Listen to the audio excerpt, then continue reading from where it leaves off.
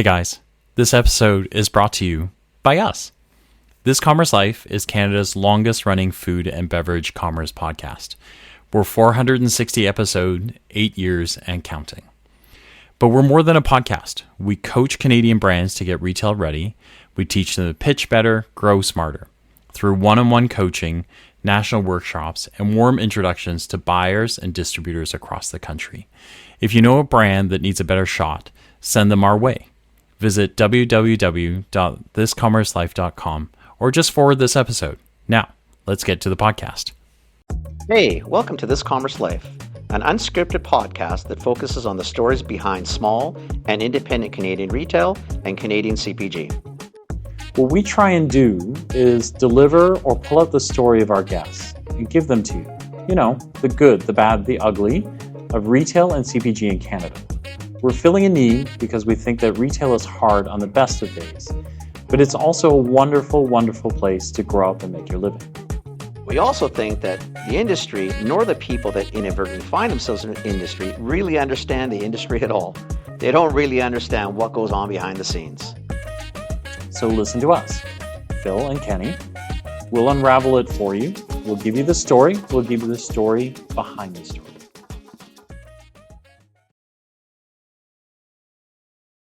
Okay. Look at Kenny's wearing a branded shirt. Wow. It's the old one too. I put it all the time. All the time.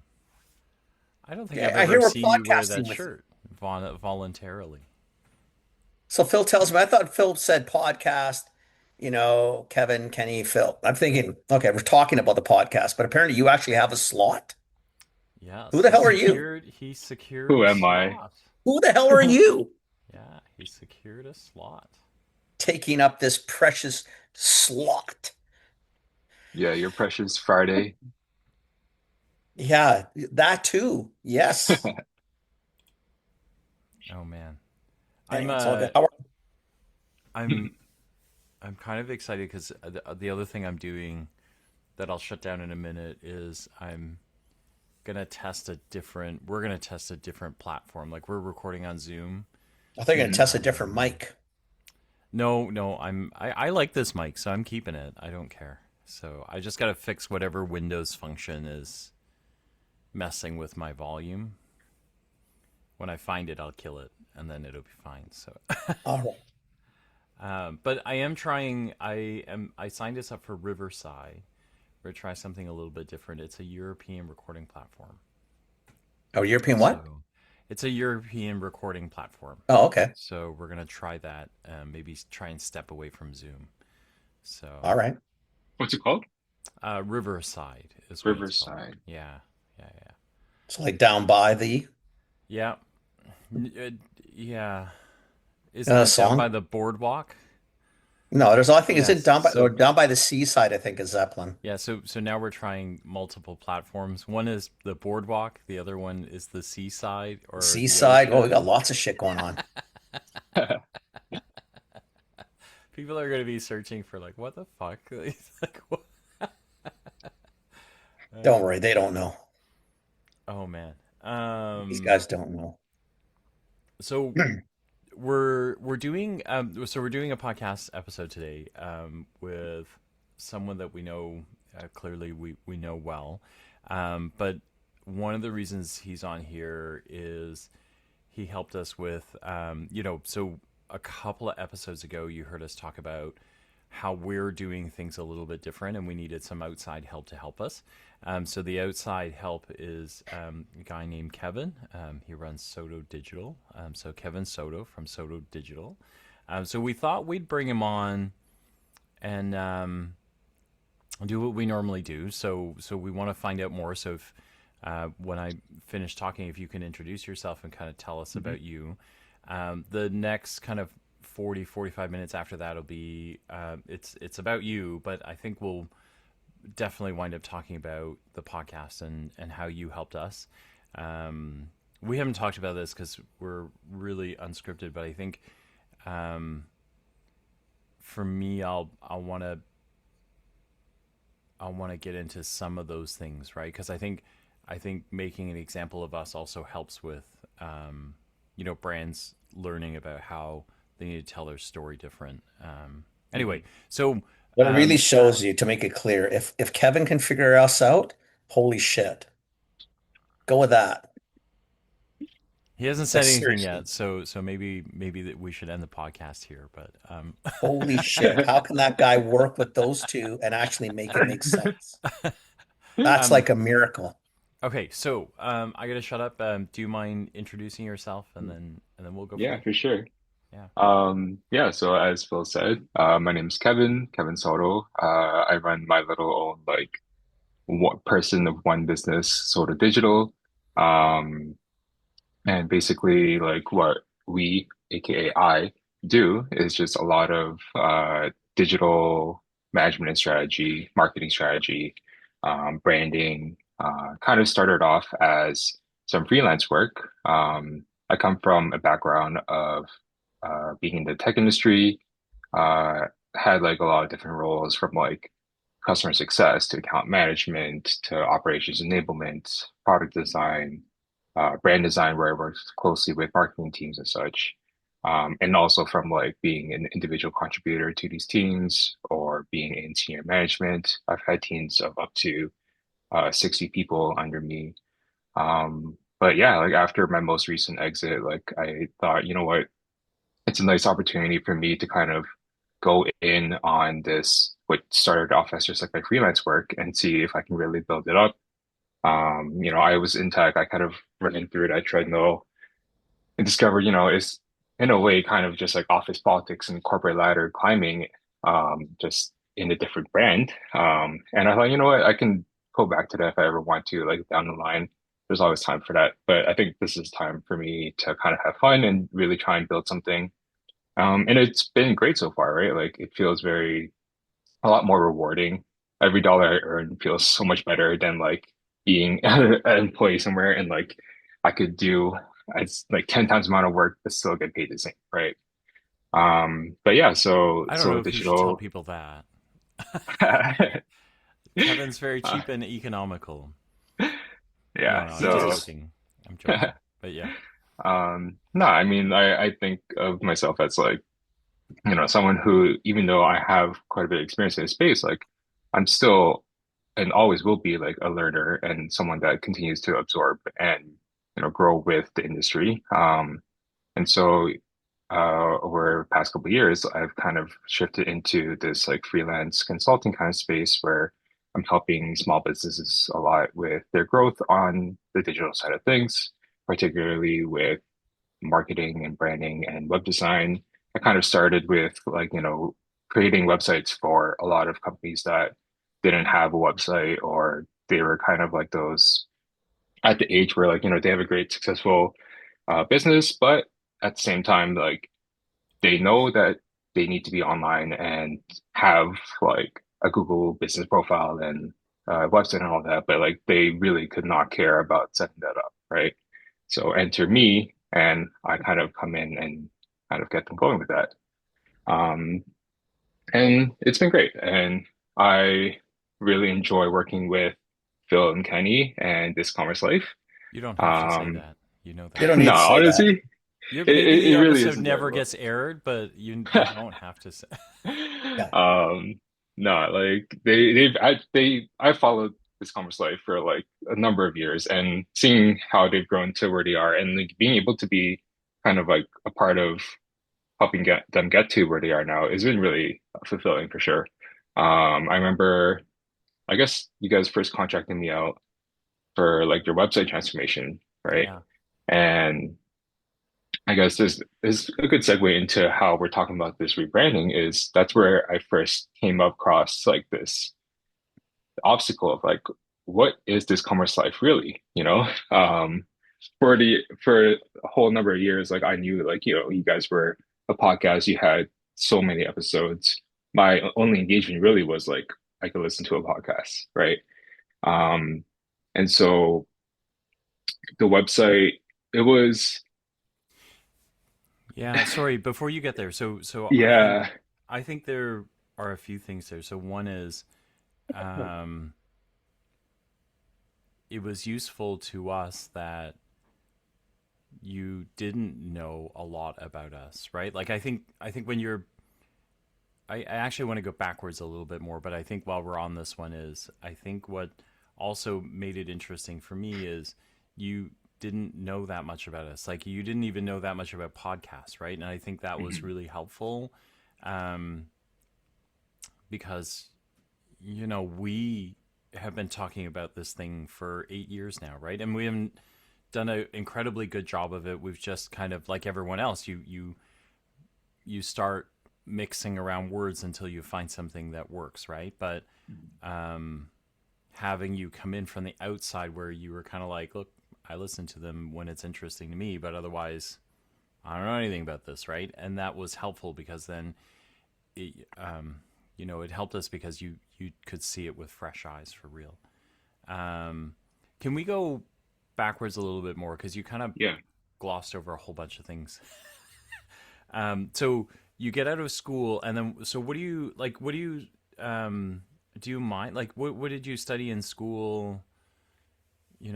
All that So stuff. if we're going way back, like I actually started in Not way engineering. back. What are you like? Hey, 18? go back. I don't know some of these stories. No. Um, well, when I was 18, I started at McMaster in engineering. And at the time, like I didn't really know what I was wanting to do, right? Like I did well in like math and sciences, and I thought, engineering is money, so sure, like I'll follow that. Half a semester into it, I was like, oh, I do not like this. This is not fun. Like I can't do this for 4 years, right?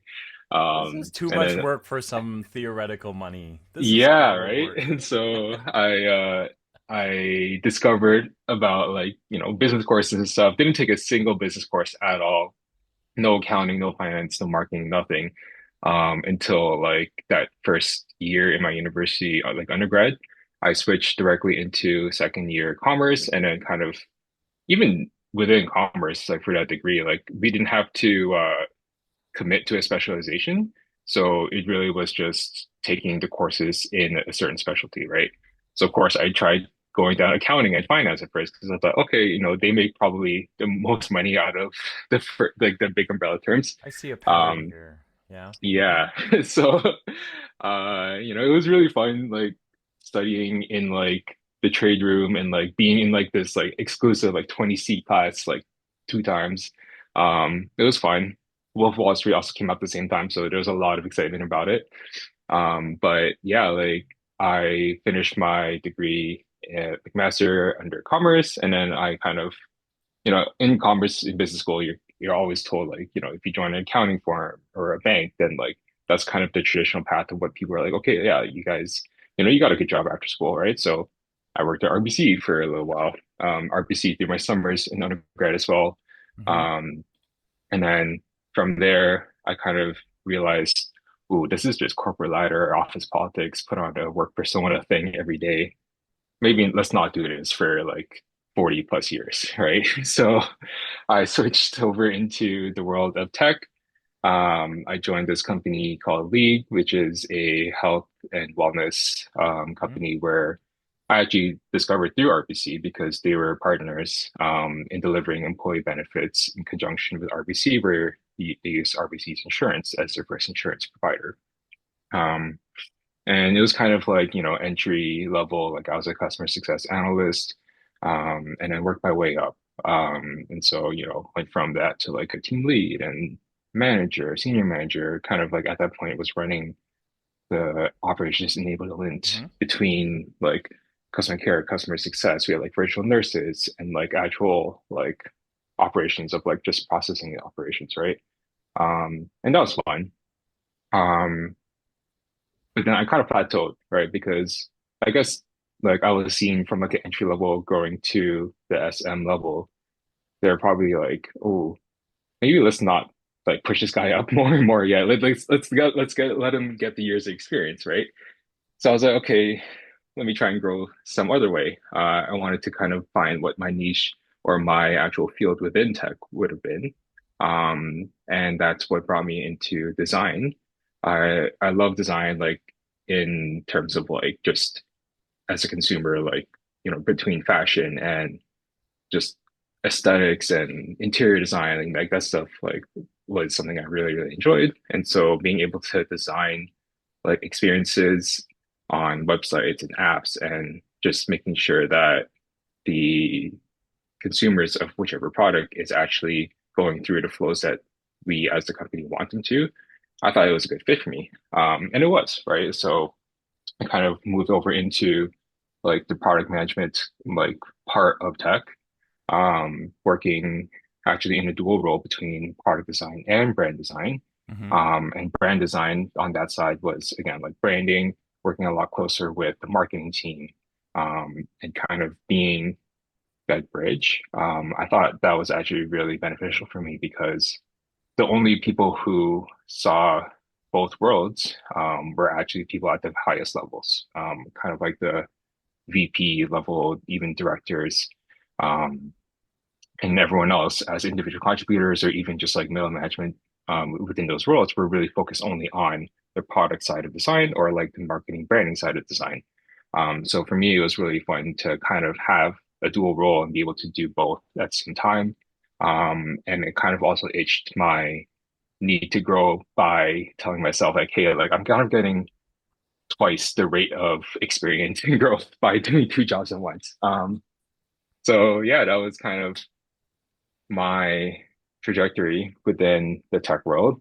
Um, and then, after a while, it's like, am I just like I didn't know any of climbing Yeah. this. again? You want to gloss over this. I don't know none of this. This is like all new. And just so we're clear, so people know, Yeah. I got Kevin does work for me on other things. I didn't know none of this stuff. And I can't picture you at Royal Bank. I'm sorry, I cannot picture you in that world. Like the little I know of you and the things we've done there, I'm thinking, like all this, I'm thinking, are you kidding or what? I, Nah, yeah, I don't like see it. again, I was just following what I thought, one would do after business school, which is why I ended up in Royal Bank, I get it quickly though. I was in learning, business school too, Kevin, and that's what people Yeah. did. They either went to Procter and Gamble, like in the West, it was Scott Yeah. Paper, like Kruger. It Yeah. would be Royal Bank. It'd be like Hmm. that's what people in commerce did. That's just what you did. Yeah. But I No. really I didn't know any of that shit. Wow. I Look at I you. I think it's but it's cool, right? Like you kind of maximize your learning too, because you think like Mhm. your time building things, websites, all that kind of stuff. Think of the world we're in now. Like nobody really, nobody tinkers, if you will, with websites now, right? Like we kind of put them up and then we run away and do something else, right? But at Mhm. least where you were before, you got time to be able to, mess with like this design or that design. Like how do I A/B test something? How do I think about, what designs screw with things differently if I test different messaging? To me, that's kind of a big deal, right? Because you don't get Mhm. that. Like in our worlds now, you don't get that at all. There's At no all. time for that. There's no time, right? So No. yeah, there should be time, but there isn't time. So But now I also yeah, understand why our webpage looks so much better. Like I actually get that he actually has done this shit. no, it looks better because I didn't do it. Same, same. Same, same. Like I I like understand design, now but that I because lack the I didn't know, patience, right? Like but I don't know yeah, any of this stuff. I didn't know the yeah, design stuff like that. So I'm thinking, okay, I don't know the kid. I know the kid, but I don't know him that well. I'm thinking, holy shit, this is like pretty skookum, right? This is like yeah, what you think is, yeah, but I didn't realize all the other things you did. yeah. You gotta talk more, man. Like seriously, give me some deets. That's He why was we're he was here. he was holding it all for a podcast. So Clearly, wow. okay, okay, wait. So let's go back. So Yeah. you do this, and then you do design, and then you kind of feel like this isn't the right place for you. So you start to, or you start to think about branching Sort of out, and freelance, then even, right? yeah. So Hmm. what happens? Like so So, you leave League, and then what happens? so actually, part of that is very relevant to what you just said, right? Where Mm-hmm. being on a design team within one company, like you're really digging into every single detail of every page, right? And that I definitely see the value in that, right? Where we're researching like everything, A/B testing. Honestly, there's weeks where I spent on just one page, or like changing a button from like a different size could have taken like a couple weeks, especially when I was in my environment where we were white labeling apps for other companies to create their health experiences. We had to have something that agreed with both design systems of my company as well as the client, right? And so it could take like a very long time. Um, while valuable, I also was like, you know what? Like I would love to feel like I'm doing more. I was just like producing more, right? And like just gaining more exposure to different companies and brands, and um, you know, instead of spending 2 weeks on one page, maybe doing like 2 pages in a week, right, or whatever. Hmm. So that was kind of what what I stemmed from into kind of wanting to do freelance. Working with other companies, small businesses that needed this type of work, but also didn't necessarily need the granularity that I was used to. That's kind of what drove me to be like, yeah, like I'd love to help people. Like it actually started with like people from the gym, because everyone there has like their own like business. Someone's selling protein, someone's a trainer, someone is like they have like a physio clinic and stuff, right? So it was fun working with them, and like it was the world that I loved as well. So that kind of is where it all started. And then just doing more and more of that as like starting from like a side hustle or like just like my own little project in my off hours, it kind of grew. And I thought, you know what? I really like this. Um, if we're looking at it in terms of money too, I was like, like people who have real money, they have their own businesses, right? So let's try it out. Let's see where we can go with this, right? So yeah, it's really cool. Like I've enjoyed it a lot, and one of the biggest things, I mean, it's always about the people, right? Like I've worked with incredible people in my life as an employee, but also meeting other people all the time and seeing other business owners and feeling like a greater passion from them, I think, talking about their brands and something that they've built, something that they've created on their own, is super fulfilling, something that like I never take for granted. I love that. Yeah. Sure, it's pretty cool, right? It's fun to Hmm. I don't know. It's just pretty cool. I like it. I like it a lot. I Oh, wouldn't. I wouldn't trade what I do for pretty Yeah. much anything. Um, no. so you go freelance, and then what? Like, because I think that's something of a black box too, right? Is it's a weird world to be in because the only way to do freelance is to just do it, Hmm. right? Like you can talk about it all you like, but if you don't jump in and you don't start doing it, but where do you start? Like, do you? I think you said you started with web pages and things like that, like Hmm. helping brands. Did you? I'm curious, right? Because I think I have preformed opinions on that, but what were the things that you had help with the most? Like, were there things that kind of made you, that like little brands characteristically have or don't have, that you had to fix a lot of? I think one thing is just looking like you have your stuff together online, right? A lot of brands, their web pages, like sure, they may have a web page, but it breaks in like as soon as you change like the width of your screen like 10%, or on they don't go mobile first. So when you're looking at it from your phone, it's like, oh, like, like basically you can tell that like, they technically made the effort, but it's really easy for a new consumer or a new potential client to just not even engage with them because they think, okay, like if they can't even do this, then that's probably not something that I want to move forward with, right? And so I think something that a lot of people needed was just a good baseline, right? Like it doesn't have to be cutting edge or like top of the industry or anything like that. It's just it has to like be clean and work. Has to And function. exactly, a lot of people don't have that. Um, and so just getting people from like version like zero to version one is like one of the biggest things.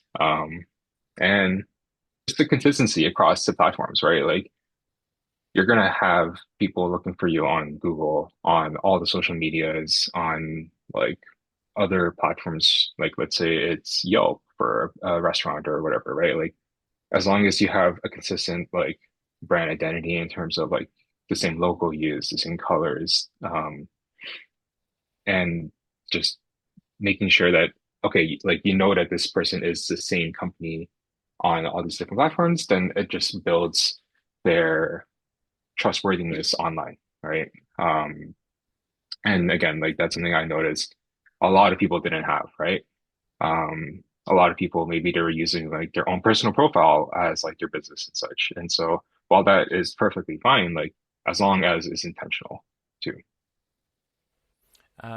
I want to get to that part too. I have, um, because I think so the preform opinion I have, that I'm pretty sure is really accurate, and then Kenny like chime in if you see something too. But we run into a lot of brands that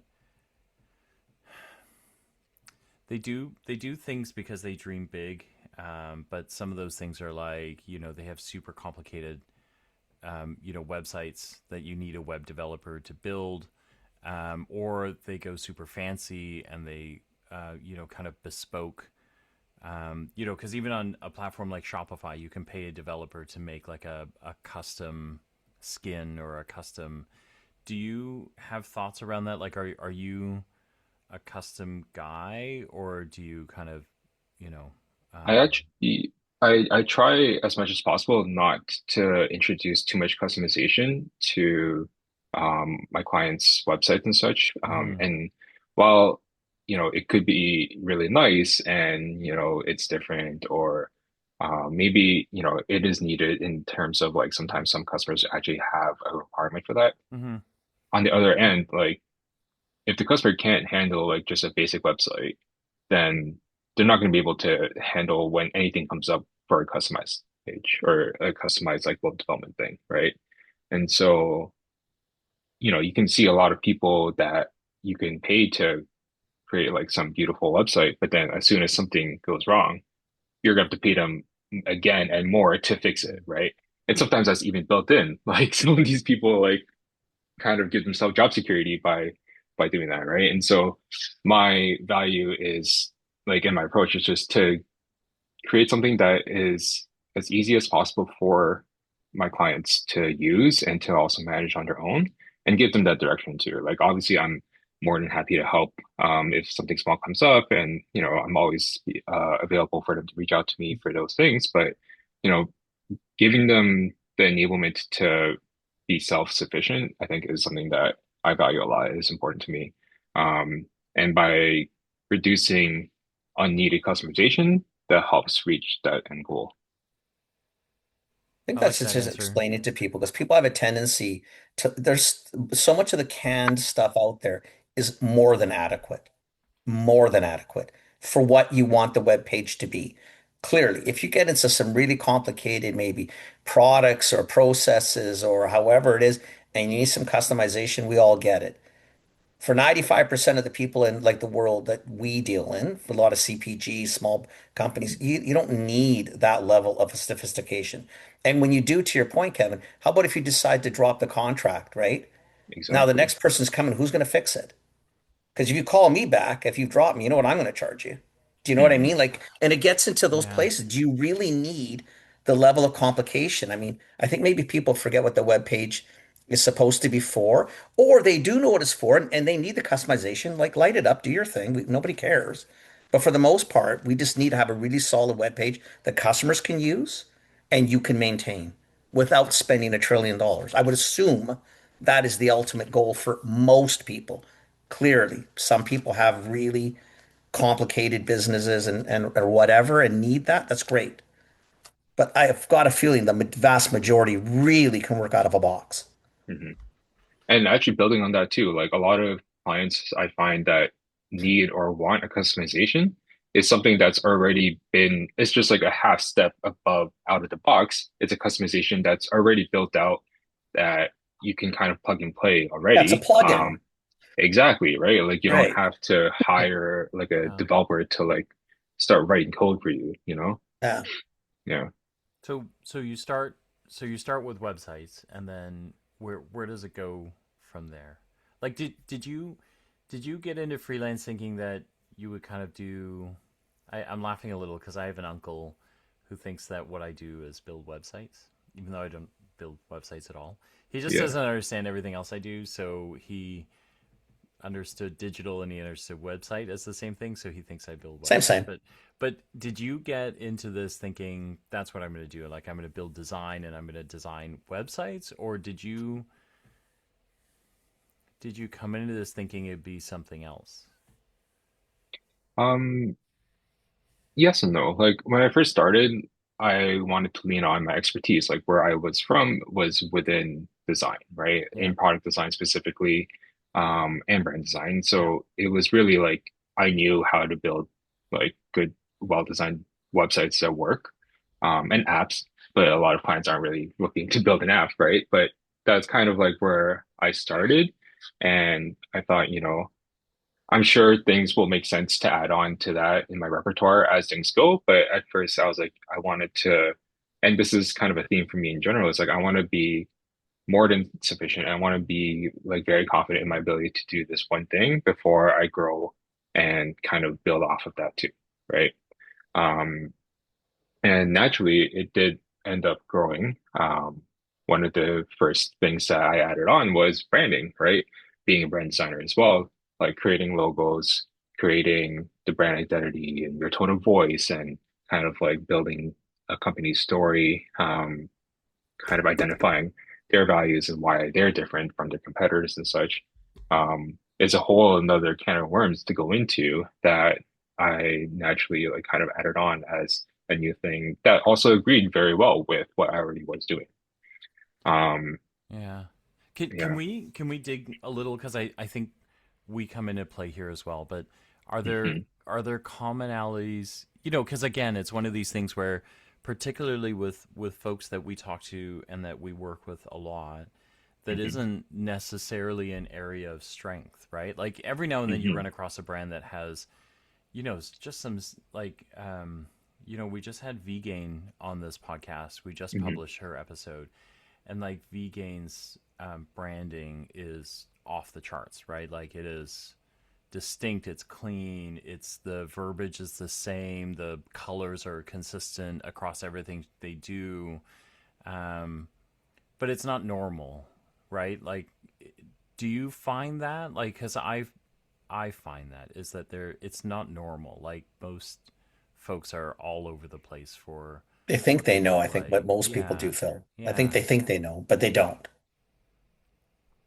Like what in there? So, I guess that question is, when it comes to branding, what are there consistent kind of glaring weaknesses that you've seen, or things that you've had to address that in order to help a brand move forward? Yeah. So I think at the core is the tone and identity, right? Everything should be built off of that. And a lot of people don't start there, right? They kind of look at, oh, like this is my favorite color, or like I like this like font, or I kind of want my logo to have like this in it, right? And they kind of like use that as their foundation and their core and then try to make it work off of that, right? Sure, they'll look at like maybe a bunch of different fonts and such and think, okay, this one kind of looks good, but then it's only within the context of one or two places, right?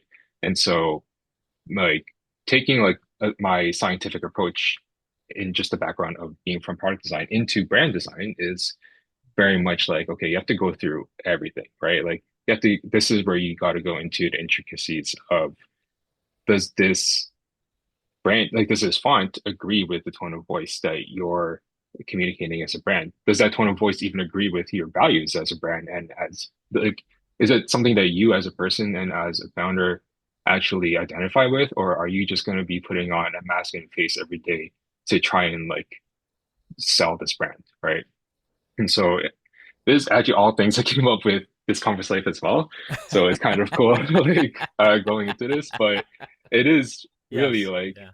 at the end of the day, it's like making sure everything is cohesive, right? And intentionally picking things that best fits that, even though they might not seem to be like, oh, your favorite one, or like, oh, like I don't know if like it's like you're almost forcing like you want to put like I don't know like a star in your logo or something, but it's like for what reason, right? Other like it's your brand, it's not you as a person, right? Right. So it's two different things, and a lot of people blur that line, I think.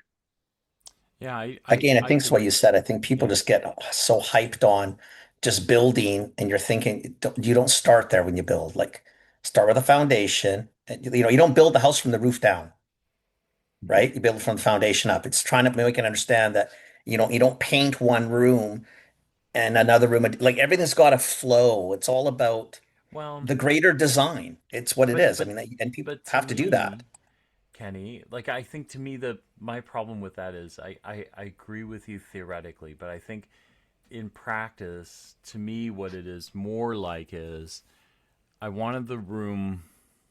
I want the room to be a nice blue. Um, but I've kind of like tried four different shades of blue, Yeah. and then the room is roughly blue, but I'm okay with it, right? So and the room is painted, so I'm moving on because as an entrepreneur, I don't. I wanted it blue. That's it, right? And I think one of the things, even with this commerce life, was, and honestly, it made me crazy, right? Is something as simple as like the font that this commerce life is in. We'd use four different kinds of fonts that I can remember. I'm sure Kevin probably found like six or eight Yeah. versions, right? Probably. That to me was good enough, right? And like I'm a marketer, I do this for a living, but it's in my own house. It's not that I don't have a plan, it's just that the living room is the living room and I've already painted it blue. But I needed someone to go, you you have four different shades of blue in here. Like, this is not the right color. And I'm like, well, no, it's mostly the right color. And the living room is standing, right? So I, like, I was in a hurry. So I built the living room, I built the dining room, I built the stairs. I'm now working on the roof. And Kevin's like, I get it, but the living room isn't like the four walls are four different colors of blue. Like, are you sure this is what you want? Right? Like, to It's me, typically that's, not, Phil, and it's, I think that's my you know, point too, is that yeah. at the end of the day, do what you actually know what you're doing. For the most part, I know we all think we're really good at design, people in general. I know we all think we pick the right colors. I get that. That doesn't mean it's true though. And there's a way to do things. You don't like your webpage, you don't start in the top corner and then say, wow, that's the greatest banner ever. And then you go to the bottom and you build it completely different because, oh my God, that looks like the greatest base ever. And then you pick a logo, oh my God. And you're Yeah, yeah, thinking, yeah, yeah. yeah, but you look like Frankenstein here. But Like there's I, nothing yeah. flows, like nothing makes any sense together. Yeah. Yeah, I just think I think the to me I think the right analogy is that you can build a house, but you almost need you need an interior designer and you need someone who can understand flow and those sort of things to make the inside of the house not look like a bombshell, right? So, Or so that um, it may not look like a bomb, even if it's just yeah, there's houses you walk into, you know why you when you walk and you think, holy shit. That really was interesting. And it's not nothing. It's yeah, just a four walls on a yeah, roof. yeah, It's yeah, because someone was conscious about what the Hmm. floors look like. Did it work off the cabinets? What was the central focus of the house? How did the colors play? And the other houses you walked and think, it's brand new and it's all great. And you're thinking, I don't, didn't it feel, and that's usually what it is because nobody spent time with design. so They so designed room by room by room. so we're not a theoretical podcast. We do things in real life. So let's talk about our house and how messy it That's Yes. why is. I did it because that's how we built the Yeah. So, house. Because our house we um, built Right. room by room by room, but we definitely didn't look backwards. So No, clearly we didn't. I'm Which is pretty why when we sure look at it that, now, it's such a like, nice looking in that house. analogy, our floors were the wrong color. Our 100%. our walls were at least four different shades of blue. Yeah, the central focus was the chimney, not the fireplace. Yeah. So actually, with this Commerce Life, and kind of this talk about like if you choose a color and you kind of like it, sometimes it actually works, right? Sometimes deep down, like you made the right decision, but building off of it kind of is where it starts to go array because you don't actually know why it works, right? Right. And this Commerce Life, you'll notice like the blue is pretty much almost the same. Like to actually, I don't know if you guys noticed it changed, but like it's almost the same, right? And it works with what this Commerce Life is and who this Commerce Life is moving forward, Yeah. right? Um, I kind of want to go back to when I was first contracted to like rehaul the website, Yep. right? Yep. Um, I knew that it was a podcast. Um, and then I kind of knew you guys did fractional CMO, CEO work with other businesses. I'm like, okay, cool. That makes sense. But then on the website at that point, there was like this partner section, right? I was like, okay, like could partners be these people that you're working with for fractional CMO, COO work? Could they be, guests on the podcast? Could they be, this podcast is sponsored by this partnership or whatever, right? Like it was not clear, right? Obviously after I dug into it, I understood more. It's like, okay, like now we're saying these are organizations and associations, you're delivering teachings to them. And I'm like, okay, things are starting to click, right? I thought that there were two like pillars of this commerce life, but really there are three, if we're simplifying it, right? Um, so What are you saying? There might be more pillars in there somewhere? I don't know what you're talking about, no, Kevin. I've I've been it's Kevin, all under the three. I've been saying this to Phil forever. Doesn't listen. Okay. I'm sorry. What were you saying? I Saying wasn't what? listening at all, actually.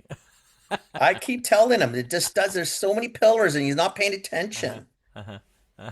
But there are three main pillars. Like there's so many Yes. things that go beyond that, but we want to keep it all under the three, and it makes sense Yeah. for them to all fall under one of the three, right? So as we continued forth, like I guess the next big thing. So actually, the website it came in two phases, right?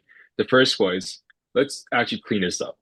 What we talked about previously of making sure it works, making sure that like you guys are trustworthy when someone goes to your website. It doesn't look like it was from 2004 or something, right?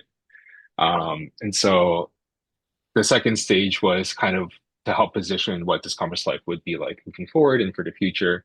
And actually, that didn't even come until we started talking about future of food, right? Um, we worked together formally again on future of food because you wanted like event strategy, like a branding update. And then that started kind of giving me this idea, like, okay, like this event is a little different, right? Like, yes, it was like the first major event of 2026 for you guys, but it felt like you guys had like a different like kind of excitement for it. Um, you wanted like structured strategy for it, and it was almost something that, we wanted to kind of use moving forward for this commerce life. And Right. it was a good like point in your timeline to kind of align again on like, okay, like this is almost like another space that we're introducing ourselves to, or like we're kind of getting more involved with. How are we presenting ourselves? Like, what is this commerce life? What is our branding? Right.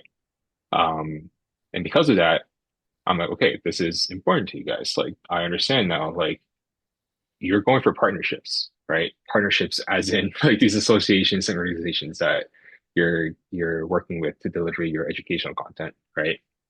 And that was kind of like the key thing is education. Like you guys actually are educators, right? Like instead of just podcasters, you're educators on a podcast, right? Because you're kind of sharing everything that you guys know and all these experiences from these other businesses through that avenue, right? And Mhm. that's one of multiple avenues. Like you guys have a lot of experience, then now you can do your consulting, right? Which is your fractional CMO, COO stuff.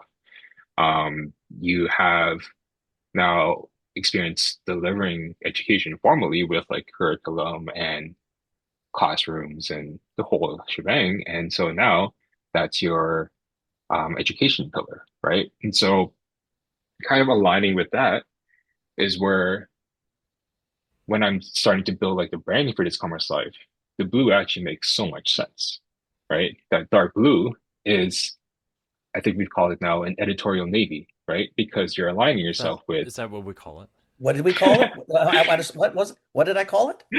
it's an editorial navy, right? Right. Yeah, that's So now I remember. So Yeah, yeah, so yeah. listen, you guys, Kevin can work with us. He can work with anybody. I'm just saying, like, No shit, man. he's like, you bunch of idiots. How many times do I have to say it? But He's never but told us that before. What are you talking about? That's the I first time I've don't heard that. know. He might have told us, and I don't remember. I actually don't um know. okay, so some of these cues is like you're navy, you're blue, right? Like Yeah. this is the blue that's like the ink on a printed magazine, or like not like the app user interface that you'll see on like Yeah. Facebook or Twitter or whatever, Mm-hmm. right? Like Mm-hmm. it's a specific blue that is correlated with paper and ink, and that makes it more like institutional. That gives you trustworthiness, gives you kind of like that educational like appearance as well, right? And so that's why you have this blue, right? Maybe you didn't actually think of those things, but there's a reason why this blue kind of speaks to you and you kind of like anchor yourself on it too, right? You're thinking about like it's slightly warm. It's not like soulless, but at the same time, like it's neutral and it gives you like that baseline that everything can be built off of too, That's right? very thoughtful of you. That's exactly what we were both thinking though when That's we did this. Like I total you spot on. captured us Yeah, so you listen. Now you know what's that it's good the though? essence See, of you listen because we told you exactly this. So good for you. Good listening. Um, yeah, so You know what? When I hear this, like we are such a disaster, it hurts. no, but okay, so here's the thing I love though, right? Is along the way it's been helpful because um you know there are moments where we're not different from the entrepreneurs we help, right? Like we are in the process of building our business too. So the two of us are running around, we're doing things, and then I really, you know, the logos, the blues, editing a website, trying to think about what I'm, chasing down emails, building out, curriculum, and then, recording podcasts. Somewhere along the way, I have to figure out how to spin a coherent story on who we are and what we are. Right. So having Kevin around, just to kind of like reframe, right? Because um, I'm also not afraid that you're going to say yes when you don't understand. Like I think that there's some confidence in that, right? Because I know that if you don't understand, you're going to look at me. Kevin's got this one look. He did it here, and then if I can find it in the footage, I'll freeze frame the picture so you can see it right here. But um, he's got this look where he kind of goes, no, that's I don't understand what that means, right? Like so I know when he said the specific blue and we both went and you could see him kind of go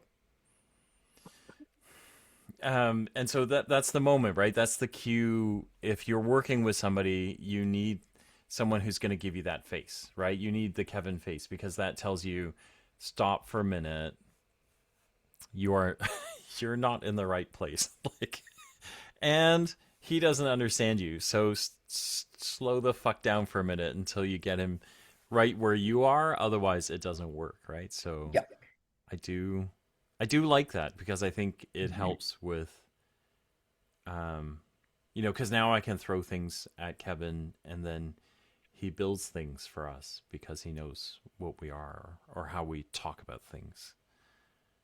I think that was the other thing that I found really helpful because um, yeah, Kevin asked a lot of questions because sometimes I would throw things, and like Kenny and I, when I throw a link at him, or he throws a link at me, or he sends, uh, honestly, sometimes I look at our messages and they're weird fucking messages, right? But I kind of understand where you're Gotcha. going all the time, right? Because we are tight that way. We understand each other, which is why this thing works. But that doesn't mean actually it very rarely ever means that anybody else understands us, right? But in Mhm. this case, Kevin actually now understands some of the things I throw at him. Which I don't know So if that should be a thing of I'm not concern that he sure. actually kind Yeah. of gets it, or I'm not too sure. I'd worry a little bit about it, but Do that's you, just me. was that I mean, I guess from outside looking in, was that something that was tough to do? Like I don't know, like truly I don't know if we're crazy difficult to deal with that way. We might be, but I just wonder if there are moments that we do shit like that where we communicate that way, where you kind of go, I don't understand these two. Like, No, I think that like you're pretty good in that term because whenever I ask for clarification, you actually understand like okay, like Kevin needs clarification for a reason, and then you're gonna give it to me, right? okay, Or like you do also like um you're open to me asking all these different questions without kind of jumping ahead. You're answering them thinking like, okay, like there's a reason why he's asking, right? yeah, yeah, Versus some other clients, they might just like they just get defensive sometimes, or they're just gonna go somewhere else and they don't really understand. Like at the end of the day, like we're on the same team. I'm trying to help you, right? yeah. And so if I don't understand and I'm already working deeply with you guys, then what is someone that is just discovering you for the first time gonna think, right? Okay, Get away from them. that's also a very good answer. I feel better about it now. Yeah. No, no, we have a good flow for sure. Like sometimes you throw things at me and like, okay, like he's probably busy. Like I'll just ask him later and then I'll probably get like a voice note and then I'll have to clarify or something. But it like you guys understand that like I have to understand things before I can actually genuinely help, right? Kind of makes it easier, no? It does. A little bit, a little bit. Oh man. I still feel Um, bad for you, but that's okay. but we're thankful for the work you've done. Oh my I mean, God, like if it's you're listening unbelievable. to this, we don't, if you were to wander in and shoot us a note, like I feel like what we do is clear. Kevin helping us understand that we need to really flip this thing upside down, right? That the podcast is the base of what we do, but the lead is actually the education, right? That we're educators trapped in a Yeah. podcaster's body, if you will, is kind of big, right? And that comes out of all of these things that we just talked about, right? Like having someone behind us who has an eye for details. Like honestly, you were talking about kind of the psychology or how fonts match your tone. I don't have that at all. I don't think about. I might give that a passing thought when it comes to a brand, but I'm not truly thinking about it. And I don't, now we follow the outline, the brand guideline that Kevin has for us, right? Like, so he's built us, like color codes and things like that. So that we're following the right fonts, we're following the right colors and Pantones. But I'm too busy thinking about what's inside the colored boxes to think about what they're supposed to look like, right? So I'm thankful to Right. have someone like Kevin around safeguarding I mean, us. I didn't know, I don't even think I knew he was actually working on all this behind the scenes. I think you told me to check the No, webpage out and I didn't understand what you're yeah. saying. And I went, I thought, holy shit, when did you do that? Like, I think, So I wow, only listen this to looks half like of what Kevin really says, and good. then Kenny listens to half of what I say. Like this is Clearly. it's I shocking we thought, like, get things holy done. shit, this Actually, looks yeah, really good. yeah. I almost gave Phil credit, and I'm glad I did it because clearly No, no, no. If you see what's on the website, if you see the way we're branded now, I love it. it's not me. Like I obviously the brain work is Kenny and me and Well, having a mostly vision of you, where we want to go, but Kevin's the one that packaged it, so that we don't look like us. like us. You look like the version of yourselves that works with this commerce life, you know? All right, Yeah, Yeah. yeah, yeah. if you I say like that. so. Even that was fancy. That Like I explanation. it's like super it. Yes. like I I think love it that looks we fabulous. we built like we got merch. We got you guys like the quarter zips, even that, right? That's intentional. The quarter zips, like that's something that you could wear in like you can go golfing in it, or you can go to like the store in it, right? Like, Yeah. but at the same time, I love that like it's so on brand for Kenny to be wearing like the old logo right now. Set the bar But like I low, man. love Like that just he's on brand, you know? just set the So bar low. guys, if you don't understand marketers, that was Kevin throwing shade at Yeah, you know Kenny what? in And a if you know me, I don't very, care. you I'm know, still wearing it. a very No, it's very good. polite way. We He's call not it very I we love it. nice. we call it the legacy logo, right, Kenny? I love it. Legacy, that's what I'm legacy logoing Good lord. today. Good lord. Yeah.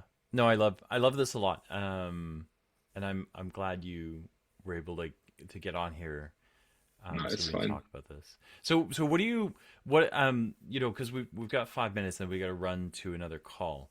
But do you want to just finish with a couple of things? So one is, what else do you do? So if we've got brands who are thinking about this, who either need to have someone jump in and work on things, or need some services, what kinds of things do you do that they should be thinking about you? Yeah, so of course when you think we talked a lot about branding, we talked about web design. Marketing is another big thing I do. If you think about like SEO, paid advertising, email marketing, SMS marketing, social media, honestly, today's age, like that's kind of just like table stakes, right? So what I'm really Mm. focusing on next is like AI marketing, right? The big thing you'll hear a lot is AEO, which is answer engine optimization. And that's like when people are searching on like ChatGPT, Claude, Grok, Perplexity, etc. for something, you want your brand to be the answer, right? And so a big thing now is trying to optimize your presence online so that you become that answer, right? Another thing, I guess, is short form video search. A lot of people are searching on TikTok videos or like Reels, etc., for things rather than Google or some other like social proof kind of platform. And that's a huge thing now too, because they just want to see exactly like what the product or whatever people are saying about that is. So yeah, I think AI integration is a huge thing that I'm adding and building onto my repertoire of what I'm going to help businesses do. And that's super rapid. So even me talking about AEO is probably old news to some people, right? But it's something that a lot of people need to be thinking about like Listen, your really, really episode's soon. coming out soon. Don't push me, all right? Like, honestly, what the hell? Like, that was Kevin going, put it out faster, put it out faster.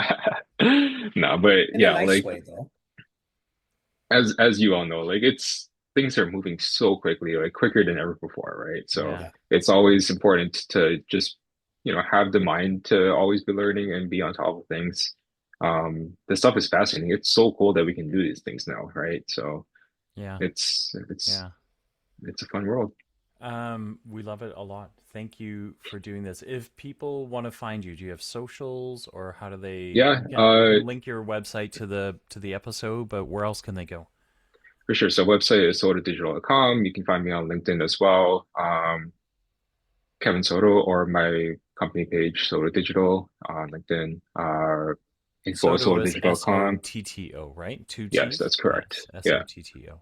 Okay. Yeah. Otherwise, you can reach out through there. Try to keep it as simple as possible, so we're not like diluting the inbounds. But yeah, I think your pitch to him is, "Hi, heard you on this Commerce Life. I'm not as bad as Phil and I'm Kenny." not them. Just Yeah, go with that. yeah, yeah. Not Phil or Kenny, and then that should Yeah, get you a not call them. back. Just Because otherwise he might hide, or you might find him I would. sucking his thumb and like rocking himself to sleep in the corner or something like that. So And we still need him, so that doesn't work yeah, for us yeah, either.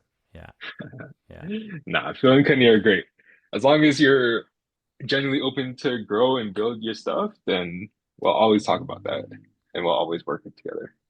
Love it, love it. Yeah, of Thanks for doing this. course. It is really fun. Thank Thank you. you for I having learned me. I so much appreciate about you today. it. Okay. You have a great day. Yes, you too. Kenny, you stick around for just a sec, and then Kevin, we'll Sounds talk good. to you soon.